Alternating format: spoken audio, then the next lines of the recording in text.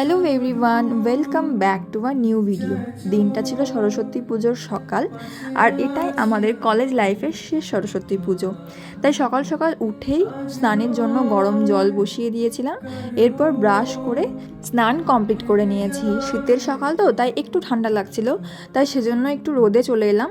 আমার জামা কাপড়গুলো মেলাও হলো, আবার একটু রোদও পোয়ানো হলো।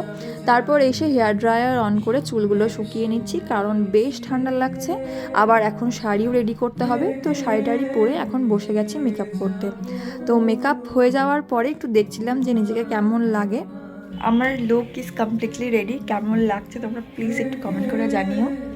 এখনও চুলটা ঠিক করা হয়নি, জুয়েলারি পরতে হবে, তো সেগুলো পরে একদম ফাইনাল দেখা হচ্ছে।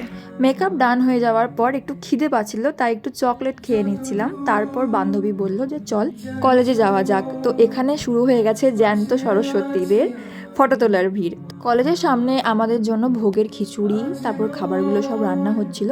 ওপরে এসে দেখি ঠাকুরমশাই চলে এসছেন এবং হচ্ছে যে পুজোতে বসবেন।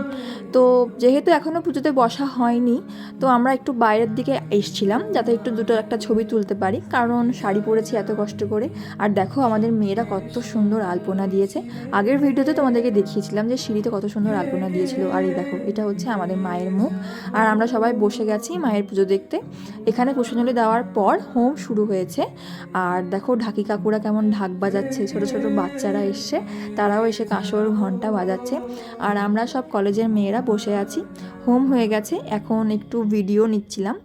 তো তারপর শুরু হলো মায়ের আরতি। মায়ের আরতি দেখতে কিন্তু বেশ লাগে, বলো।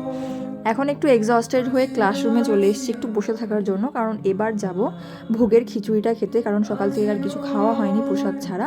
তো এসে দেখি লম্বা লাইন পড়েছে, তো বললো যে অন্য একটা রুমে বসে খাওয়াবে। তো 5th সেমের রুমে এসে আমরা এখন বসে পড়েছি। দেখো আজকের মেনু হচ্ছে খিচুড়ি, গরম গরম বেগুনি, আর হচ্ছে লাবড়া। তার সাথে ছিল লাস্টে চাটনি, পাঁপড় এবং একটা করে নলেন গুড়ের রসগোল্লা। তো এখন খাওয়ার ডান, এবার আমরা যাব ঘুরতে। আজকে এসছি আমরা সুরুলের রাজবাড়ি, যেটা বোলপুরের একটা বেশ ফেমাস পর্যটন কেন্দ্র বলতে গেলে। তো সেসব ঘুরে টুরে এখন ধরেছি বাড়ির পথ। সন্ধ্যায় আবার সন্ধ্যা আরতির জন্য বেরিয়েছিলাম আমরা 3 জনে, আমি, ইশিকা, শ্রেয়া। এখন সন্ধ্যা আরতি গিয়ে দেখি ততক্ষণে সবাই চলে এসছে এবং সন্ধ্যা আরতি শুরুও হয়ে গেছে।